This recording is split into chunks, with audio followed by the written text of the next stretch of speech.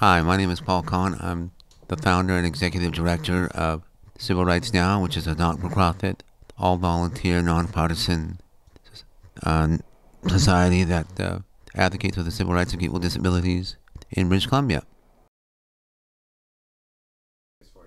Well, today is December the 14th, 2010, and on December the 14th, 2005, I was forced to live in this place. Where we're sitting right now is George Pearson Center, which is a 58-year-old, 120-bed nursing home administered by the Vancouver Coastal Health Authority, and I was forced into here by the Vancouver Coastal Health Authority because of the lack of appropriate housing for people with disabilities on the North Shore.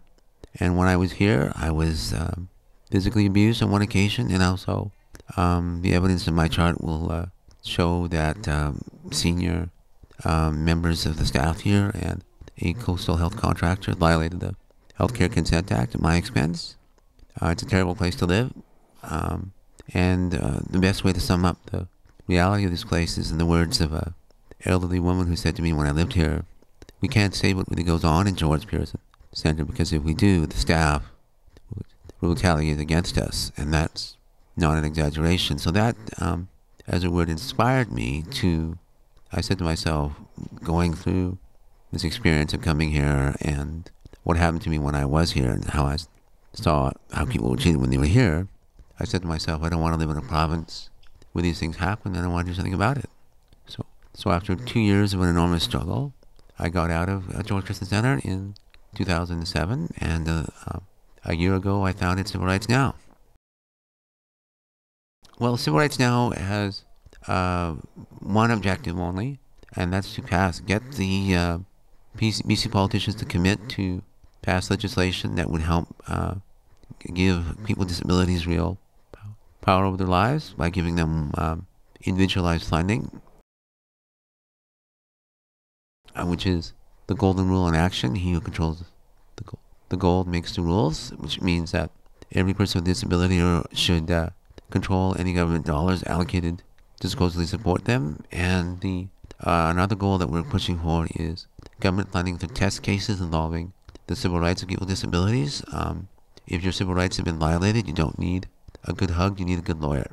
And the last thing we're pushing for is for the equality provision of the Charter, Section 15, which guarantees every citizen equal benefit and equal protection from the law, to have real force and effect in the daily lives of BC voters with disabilities. And so my organization, Civil Rights Now, that's all we're pushing for. And it's going quite well. I think as we launched in May of this year, and we're getting lots of interest from many different corners of the province, and that's what I do. I would say that do not ever trust anybody who works for management in Vancouver Coastal Health. They are not interested in getting your informed choice. They're interested in getting your disinformed choice or your misinformed choice. And the process that you need to go through to live a life with freedom and dignity, you have to make sure that you dominate that process, that the process doesn't dominate you. And the last thing I would say to someone who is in the same position I was 5 years ago, being told you have no choice but live in Pearson, is never live in Pearson. If you love your family, if you have any self-respect, don't let any member of your family come to live here. And if you are being told you have no choice, you do. You're a free man, you're a free woman. And you can fight by various means. And you should not waste one moment of your life in this terrible place.